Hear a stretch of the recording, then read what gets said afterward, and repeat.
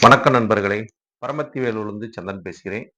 Parasara YouTube channel நேயர்கள் அனைவருக்கும் நெஞ்சார்ந்த நன்றிகள். இந்த சேனலை பார்த்துக் கொண்டு தங்களோட கருத்துக்களையும், தங்களோட கமெண்ட்களையும் தெரிவித்துக் கொண்டிருக்கும் நேயர்கள் அனைவருக்கும் ஒரு மனமகிழ்ச்சி, மன சந்தோஷத்தையும் எனக்கு குடுத்திருக்கு. இந்த பராசர யூடியூப் சேனல் வழியாக பேசக்கூடிய ஒரு பாக்கியம். இன்றைக்கு இசைஞானி இளையராஜாவோட ஐயாவோட ஒரு ஜாதகத்தை ஒரு ஆய்வு பண்ண கூட ஒரு பாக்கியம் எனக்கு இந்த பிரபஞ்சம் உணர்த்தியது. ஏன்னா, இன்னைக்கு அவரோட பிறந்த நாள் 2/6/2024 அவரோட பிறந்த நாள். 81 வயசு அவருக்கு நிறைவு. அப்படிங்கிற ஒரு தன்மையில அவர் பிறந்த டேட் என்று பார்க்கும்போது 2/6/1943 பிறந்திருக்காரு. 6 மணி 40 நிமிஷம் ஏஎம்ல பிறந்திருக்காரு. இந்த மாரி ஒரு ஜாதகத்தை ஒரு பார்க்கக்கூடிய ஒரு வாய்ப்பும், இத இந்த கிரகங்கள் இவருக்கு என்ன மாரி ஒரு பலாபலனை கொடுத்தது என்ற ஒரு நிலைப்பாடெல்லாம் அவரோட நிலைப்பாடு வாழ்க்கை வரலாறு எல்லாமே திறந்த புத்தகம் மாரி தான் ஒவ்வொன்னும் இருக்குது.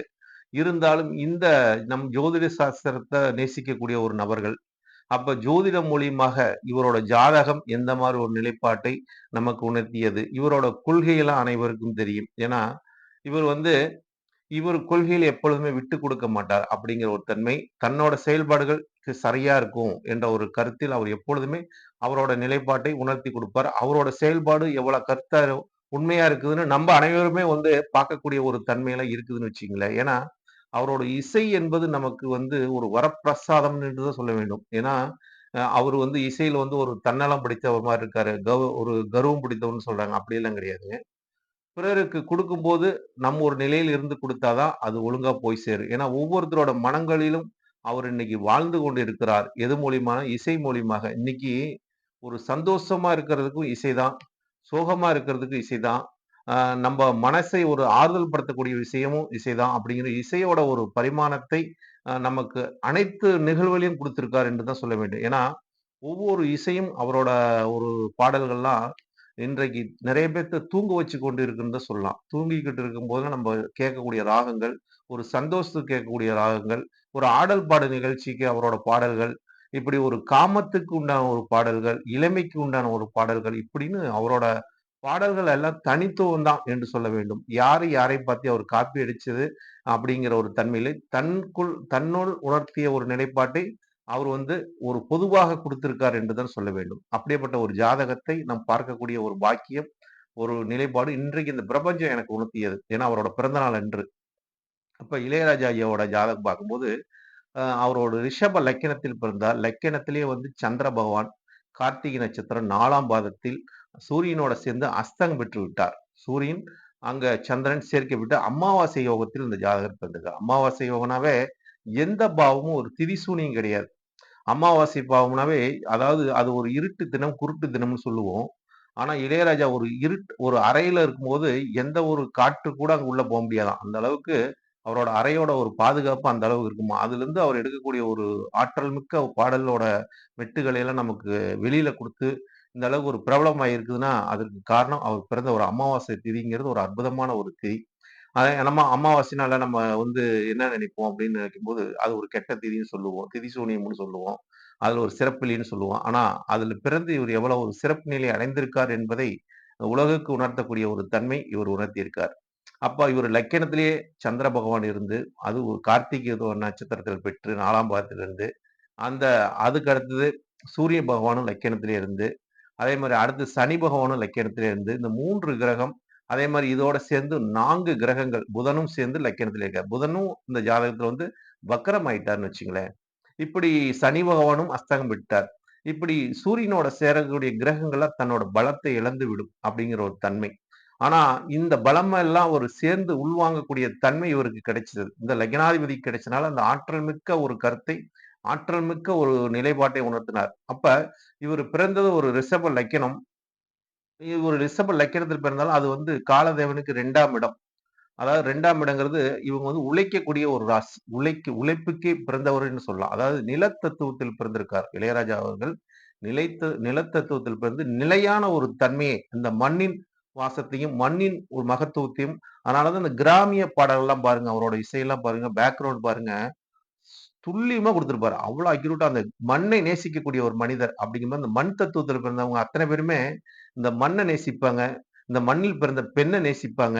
அந்த அந்த தன்மையை உணர்ந்து ஒவ்வொரு செயல்பாடு இருக்கும் அப்படிங்கிற ஒரு உதாரணத்தை ஐயா அவர்களோட ஜாதகம் எனக்கு உணர்த்தியதுன்னு தான் சொல்ல வேண்டும். அப்படிங்கிறத ஒரு 4 கிரகங்கள் லக்கினத்தில் சேர்க்கை பெற்று 4 விதமான தன்மைகளை ஒருத்தர் உணர்ந்து அதை வெளிக்கொண்டக்கூடிய ஒரு தன்மை இவருக்கு உண்டு அப்படிங்கிற தன்மையை அங்க இந்த கிரகங்கள் கொடுத்து. ஏன்னா சனி இந்த லக்கினத்துல அமர்ந்தா சனிங்கிறது சகிப்புத்தன்மையை ஒரு உண்டாக்கக்கூடிய ஒரு கிரகம். எவ்வளவு ஒரு பிரச்சனை வந்தாலும் சகிப்புத்தன்மையோட சகிச்சுக்கிட்டு போறது.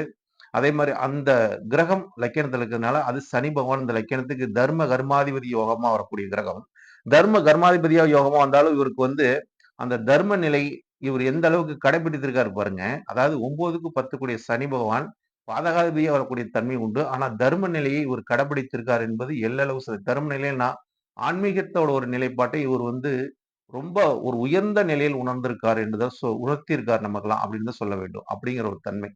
அடுத்ததாக இந்த லக்கினத்துக்கு தனாதிபதியும் புத்திரஸ்தானாதிபதியும் புதன் பகவானா வரக்கூடிய தன்மை 2க்கும் 5க்கும் அதிபதியா வரக்கூடியவர். இவங்க பிள்ளைகள் இவங்களை மீறி நடக்க மாட்டாங்க அப்படிங்கிற தன்மை. இவர் குடும்பம் இவரை மீறி எதுவும் பேச முடியாது அப்படிங்கிற ஒரு தன்மையும், அதுக்கு இவங்களுக்குள்ள ஒண்ணா இருக்கிற தன்மை, ஒற்றுமையை காட்டக்கூடிய தன்மை அந்த புதன் பகவான் வக்கரம் பெற்று லக்கினத்தில் இருப்பதனால, பிள்ளைங்க வந்து மேல் நோக்கி போனாலும் அவங்க பின்னோக்கி வரக்கூடிய தன்மையாக அத புத்தர்கள் இருக்கக்கூடிய ஒரு தன்மையும், இருந்தாலும் அவங்களும் இவருக்கு சலித்தவர்கள் அல்ல என்று திசையில் நிரூபித்துள்ளார்கள். பிள்ளைங்களும் இவருக்கு ஏன்னா புலிக்கு பிறந்தது பூனையாகாது, புலியா தான் இருக்கும் அப்படிங்கிற ஒரு தன்மையை நிரூபித்துள்ள தன்மையும் இருக்கிறது. அப்ப புத்தர்களால இவருக்கு ஒரு தன்மையும், யோகத்தையும் தான் குடுத்திருக்குது. அவங்களால நல்பெயர்கள் இன்று வரைக்கும் இருக்குது அப்படின்னு சொல்லலாம். சிறு சிறு ஒரு இதெல்லாம் இருந்தா கூட அதெல்லாம் பெருசா நம்ம எடுத்துக்க கூடாது. அப்ப இப்ப பெண் வந்து அவங்களோட பவதானின்னு சொல்லக்கூடிய ஒரு பெண் வந்து இப்போ ஒரு சமீபத்தில தான் அவங்க ஒரு வருஷ காலத்துல தான் இறந்தாங்க. ஏன் அதுக்குன்னா 9ஆம் இடம் 3ஆம் குழந்தை குறிக்கிறது 9ஆம் இடம். அப்படிங்கிற ஒரு தன்மையை இந்த இவரோட ஜாதகப்படி பார்க்கும்போது அவங்களுக்கு அந்த காலகட்டத்தில் குருவோட கேது கோச்சார ரீதியா சேர்ந்தனால அவங்க அந்த புற்றுநோய் தன்மையை ஏன்னா ராகு குரு சேர்க்கும்போது புத்திரத்துக்கு தோஷத்தை குடுத்துருச்சு அப்படிங்கிற ஏன்னா ராகுவும் குருவும் சேர்ந்தா குரு சண்டால யோகம் அப்படிங்கிற தன்மைய அந்த மரகாதிபதியோட திசை. ஏன்னா ஐயாவுக்கு வந்து இப்ப புதன் திசையில ராகு புத்தி. அவங்களுக்கு புதன் திசையில சந்திர புத்தியில அந்த தன்மைய பிள்ளைகளுக்கு குடுத்துச்சு அப்படிங்கிற ஒரு தன்மைய அந்த காலகட்டங்கள் உணர்த்தியது. இருந்தாலும் அவங்கவங்க ஜாதகம் அவங்கவங்களுக்கு பேசும் அப்படிங்கிற மாரி ஐயாவோட ஜாதகப்படி அந்த நிலைப்பாட்டு அவருக்கு அந்த புத்திரத்தினால் ஒரு சோகத்தை குடுத்துச்சு என்று பார்க்கும்போது, குரு பகவான் புத்திரத்துக்கு அதிபதியா வரக்கூடியவன். அவர் ராகுவோட சேர்க்கப்பட்டனால அந்த புத்திரத்து சோகத்தை அந்த ராகு உண்டாக்கிட்டார். அந்த குருவோட சேர்ந்த குரு வந்து இருக்கிறதுலே சுப கிரகம். இவரு குரு வந்து அஷ்டமாதிபதியா வரக்கூடிய கிரகமும் ஆச்சு குரு பகவான். இருந்தாலும் அந்த அஷ்டமாதிபதிக்கு உண்டான ஒரு தன்மையை அங்க குடுத்துட்டார். மறைவ குடுத்துட்டார் என்ற ஒரு நிலைப்பாடும் இருக்கிறது ஜாதகத்துக்கு. அப்ப ஐயாவோட ஜாதகத்துக்கே நம்ம வந்துரலாம். ஏன்னா, நம்ம நெறைய சொல்லிட்டு போகக்கூடிய தன்மை வந்துரும். அதனால தான். இப்ப ஐயா பிறந்தது நான் லக்கினத்திலே ரிஷப 4 கிரகம். 2ஆம் இடத்துல எந்த கிரகமும் இல்லை. 3ஆம் இடத்துல சுக்கிரன், குரு, ராகு 3 கிரகம் சேர்க்கை. அ இந்த 3 கிரகம் சேர்க்கை பாருங்க. இவரு தான் தன்னோட சொந்த முயற்சியால் ஏன்னா ஒரு லக்னாதிபதி போய் 3ல போயிருந்தா சொந்த முயற்சியால் முன்னுக்கு வருவார். சொந்த முயற்சி கொண்டு தன்னோட நிலைப்பாட்டை உணர வைப்பார் அப்படின்னா, இங்க சந்திரனும், சுக்கிரனும் பரிவர்த்தனை வேற. அப்ப சந்திரனும், சுக்கிரனும் பரிவர்த்தனைனால தன்னோட முயற்சியை மாற்றிக்கொள்ள மாட்டார்கள். ஒரே கொள்கை உடையவர், ஒரே பிடிப்புடையவர், தன்னம்பிக்கை நிறைந்தவர். ஏன்னா தன்னம்பிக்கை என்று சொல்லக்கூடிய ஸ்தானம் 3ஆம் இடம்.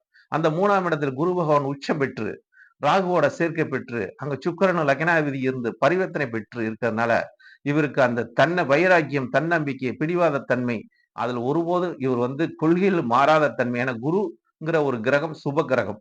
அந்த சுப கிரகமானது சுயசாரத்தில் பெற்று இந்த குரு பகவான் அங்கு இருப்பது. ஏன்னா புனர்பூசம் 4ஆம் பாதத்தில் அமர்ந்து, அவர் உச்சம் பெற்ற நிலையில் இருப்பதனால், அந்த உச்சமான ஒரு நிலையை இவர் தன் சொந்த முயற்சி, சொந்த ஒரு தன்னம்பிக்கை நிறைந்ததனால் அந்த உச்ச தன்மையை இவர் அடைந்தார். ஏன்னா அஷ்டமாதிபதி 3ஆம் இடத்தில் உச்சம் பெற்றிருப்பதனால, விபரீத யோகத்தை கொடுக்கக்கூடிய ஒரு தன்மையும் இவருக்கு அந்த யோகம் எது மூலியமா கிடைச்சதுன்னா, அ அதாவது இவரு சுயமா முடிவெடுத்ததுனால தான் இவருக்கு அந்த யோகமே கிடைத்தது. இல்லாட்டி இருக்காது. இவரு மத்தவங்க பேச்சோ, ஒருத்தர் சொல்படி கேட்டிருந்தார்ன்னா, இவர்னால இந்த அளவுக்கு இந்த இசைய நமக்கு மண் தத்துவத்தில் பிறந்தவர், இந்த அளவுக்கு நமக்கு இசைய குடுத்திருப்பார்ன்னு பார்த்தா நிச்சயமா முடியாது.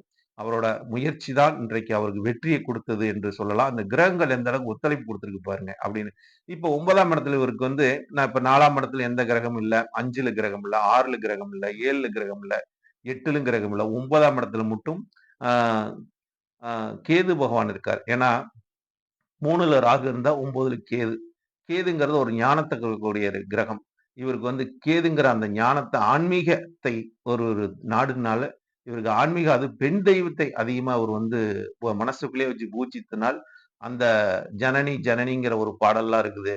அதெல்லாம் வந்து உண்மையிலுமே அதெல்லாம் கேட்கும்போது நமக்கு அவ்வளோ வைப்ரேஷன் வரும். அப்படிங்கிற ஒரு தன்மைலாம் ஐயாவோட அந்த பாடல், அவரோட வரிகள்லாம் அந்த அளவுக்கு துல்லியமா இருக்கும். தவறே இருக்காது அப்படிங்கிற ஒரு தன்மையெல்லாம் உணர்த்தியிருக்காரு.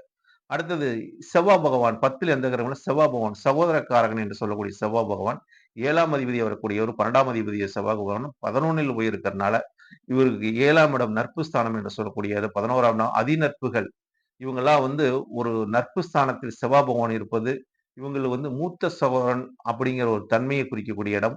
இவருக்கு வந்து அந்த அதி நட்புகள் என்று சொல்லக்கூடிய இடமெல்லாம் இரத்த உறவுகளை சார்ந்துதான் இருக்கும் என்ற ஒரு நிலைப்பாடு.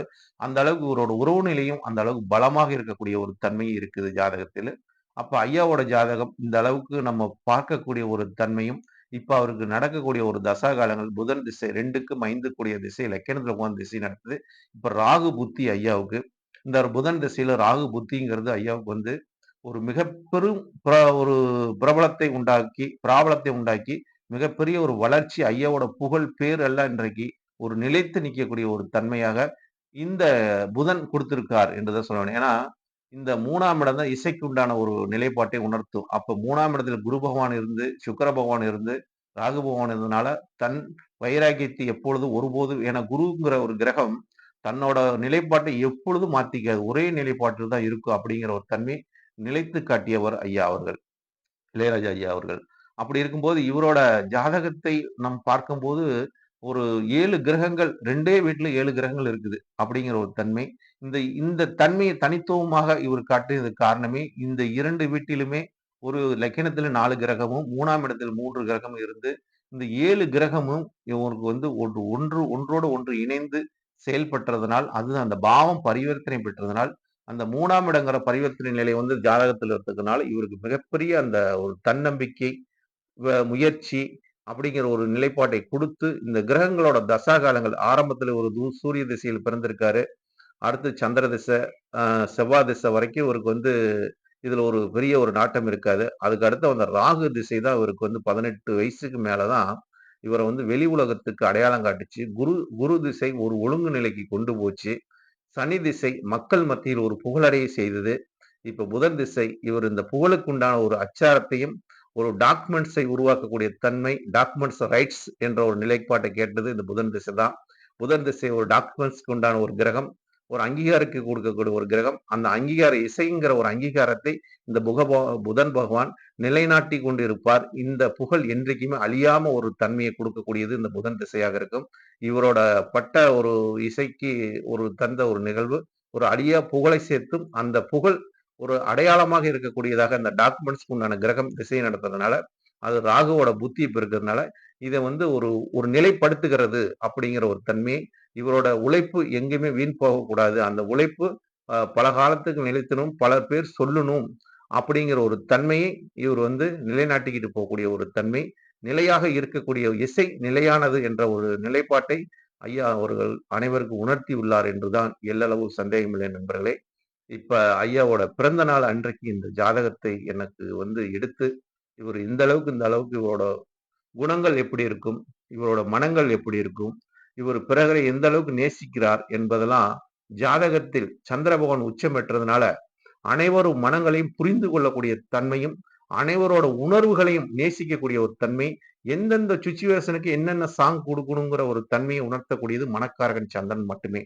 அந்த மனக்காரகனும், கலைக்காரகனாக வரக்கூடிய சுக்கிரனும், இந்த 2 கிரகங்களும் ஒரு பரிவர்த்தனை பெற்றதனால், எந்தெந்த நிகழ்வுக்கு என்னென்ன நிலைப்பாட்டை ஏற்படுத்தி குடுக்கும் என்பதை, அந்த கிரகங்கள் இவருக்கு வந்து அதை இசையும் அந்த கிரகங்கள் தன்னோட செயல்பாட்டை உணர்த்தி குடுத்தது. அதனால தான் அனைவரும் மனங்களிலும் இன்னைக்கு இளையராஜாவோட இசை வந்து இருக்குது என்றால், அதுக்கு காரணமே சுக்கிரனும், சந்திரனும் மட்டுமே. அவரோட நிலைப்பாடு. ஏன்னா லக்னாதிபதியும், 3ஆம் அதிபதியும் பரிவர்த்தனை பெற்றிருப்பது இவங்களுக்கு ஒரு சிறப்பு ஒரு யோகத்தை கொடுத்தனால, அந்த சந்திர திசை இவருக்கு ஆரம்பத்திலேயே வந்ததனால், அந்த இசை மேல் சின்ன வயசுலேருந்தே ஒரு ஆர்வத்தை உண்டாக்குச்சு. அந்த செவ்வாய் திசையும் இவருக்கு அதுக்கு ஒரு ரத்தத்தில் அந்த இசையை ஊர்த்தியது. அந்த ராகு திசை இத வெளி உலகத்துக்கு எடுத்துச் சென்றது. குரு திசை இவருக்கு நல்ல ஒரு கௌரவத்தை கொடுத்தது. சனி திசை மக்கள் போற்றக்கூடிய ஒரு நிலையாக இவர் இருந்தார். புதன் திசை இவருக்கு அந்த ரைட்ஸ் ரெக்கார்டுங்கிற ஒரு தன்மையை உருவாக்கி கொடுத்திருக்குது நண்பர்களே. அதனால இந்த ஐயாவோட இந்த ஜாதகம், இந்த கிரகங்கள் அனைத்துமே 2 கட்டத்துக்குள் அடங்கி இருக்கிறதுனால், இந்த ரக்கினத்திலும் 3ஆம் பாவத்தில் அடங்கி இருக்கிறதுனால், இவரு இவரு இவராக இருக்கிறார். இவர் யாரோட பேச்சையும் எக்காரணத்த கொண்டு எதையுமே கேட்க மாட்டார். ஆனா இவரோட ஒரு நிலைப்பாடு மக்களுக்கு போய் சேர வேண்டும். பொது நலத்துக்காக இருக்க வேண்டும். தனக்காக எதையுமே இவர் வந்து இதுவரைக்கும் அவர் செய்து கொண்டது இல்லை என்று தான் நான் நினைக்கிறேன். பிறருக்காக செய்யக்கூடிய ஒரு ஒப்பற்ற ஒரு இன்னைக்கு அரசியல் தலைவர்ல கூட நம்ம நெறைய பேர் சொல்லலாம். இவர் அந்த அரசியலுக்கு இல்லைனாலும், மக்களோட ஒரு நலனுக்காகவும், இவர் கூட இருக்கிற ஒரு நலனுக்காகவும், இவரு செய்யக்கூடிய ஒரு சேவைங்கிறது, அது அவருக்கு மட்டுமே தெரியும். அது பின்னாடி தான் அது அனைவருக்கும் ஒரு பயனளிக்கக்கூடிய நிலையாக இருக்கும். ஆனா, இதுக்கு இவருக்கு வந்து ஒரு கெட்ட பேர், அவப்பேர் வந்திருந்தா கூட, இதெல்லாம் முறியடித்து ஒரு மிகப்பெரிய ஒரு வருங்காலத்தில் இவரோட பேர்கள் வரலாற்றில் பதிக்கப்படக்கூடிய ஒரு தன்மையும், வரலாற்றில் இவரோட பேர் என்றைக்கும் அழியாத ஒரு புகழையும், எப்படி காமராஜரோட ஒரு புகழ் அழியலையோ, அது மாரி இவரோட புகழும் ஒரு அழியாம, இந்த இசைக்கு மிகப்பெரிய ஒரு சேவையை செய்திருக்கார். அந்த சேவையை வந்து இவர் வந்து மக்கள் மனதில் அ பதி பதிச்சிருக்கார். அதாவது கல்வெட்டுல வந்து பதிக்கிறதோட மக்களோட மனங்களில் பதிச்சிருக்கார். அதனால காலத்தில் அழிக்க முடியாத ஒரு இசையை ஐயா அவர்கள் நமக்கு குடுத்திருக்காரு. அவரை என்றைக்கும் மறக்க முடியாது. இந்த ஜாதகத்தை அவர் பார்க்கும்போது, இந்த கிரகங்கள் மேல எனக்கு மிகப்பெரிய ஒரு நம்பிக்கை உண்டு. அந்த நம்பிக்கை ஒரு ஜாதகம் எனக்கு உணர்த்தியது மக்களே. அதனால இந்த ஒரு ஜாதகத்தை எனக்கு தெரிஞ்ச ஒரு முறையிலும் ஏன்னா நான் வந்து பெருசா வந்து எதையும் சொல்லக்கூடாது. ஒரு மேலோட்டமா தான் பார்த்திருக்கிறேன். ரொம்ப நான் துல்லியமா ஆழமாலாம் போகல. இந்த மேலோட்டம் பார்க்கறது இவ்வளவு விஷயங்கள் இருக்குது. இந்த மேலோட்டத்தில் பார்க்கும்போதே ஐயாவோட ஜாதகம் மிக சிறப்பு மிக்க ஒரு ஜாதகம். அமாவாசை திதியில் பிறந்திருக்கார். இவரு பிறந்தது சுகர்ம யோகத்தில் பிறந்தார். சுகர்ம யோகம் அப்படிங்கிற யோகத்தில் அற்புதமான ஒரு யோகம். அந்த யோகத்துல பிறந்து சதுர்பாத அ கரணத்தில் வேற பிறந்திருக்காரு. திதி வேற அமாவாசை திதி. இது எல்லாமே இவருக்கு ரொம்ப ஒரு பலமான ஒரு தன்மையை குடுத்திருக்குது ஜாதகத்துக்கு. ஐயாவோட ஒரு யோகமான ஒரு நிலைப்பாட்டுக்கும், இந்த செவ்வா பகவான் அவர் ரத்தத்திலேயே ஒரு நல்ல ஒரு பதிக்கப்பட்ட ஒரு இசையை உருவாக்கியிருக்கார். அவருக்கு செவ்வாய் பலமா இருக்கிறனால தான் இன்று வரைக்கும் அவர் பலமான ஒரு நிலைப்பாட்டில் அனைவருக்கும் எல்லாத்தையும் குடுத்து, அவர் வந்து ஒரு இன்று வரைக்கும் நமக்கு ஒரு ஆரோக்கிய நிலைக்கு காரணமே, அந்த உடல் காரகன் சந்திரன் லக்கணத்தில சூரியனோட அஸ்தங்கம் பெற்றதுனால தான், அந்த சூரியன் இந்த பிரகாசத்தன்மை அடையக்கூடிய தன்மையும், அவரு இன்றைக்கு ஒரு நல்ல ஒரு பழக்கவழக்கத்தில் ஒரு ஒழுக்கத்தன்மையோடு இருக்கிறதுக்கு காரணமே, அந்த சந்திரன் மனக்காரகன் சந்திரனும், சுக்கிரனும் பரிவர்த்தனையானதே, குரு பகவான் உச்சம் பெற்றால் ஒழுக்கசீலனாக இருப்பார்கள் என்று, அந்த ராமர் ஜாதகத்தில் இருக்கக்கூடிய தன்மையும், ஐயாவோட ஜாதகத்திலும் அந்த நிலைப்பாட்டை உணர்த்துகிறது நண்பர்களே. அனைவருக்கும் நன்றி, வணக்கம். வாழ்க வளமுடன். பரமத்தி வேலூர் சந்திரன்.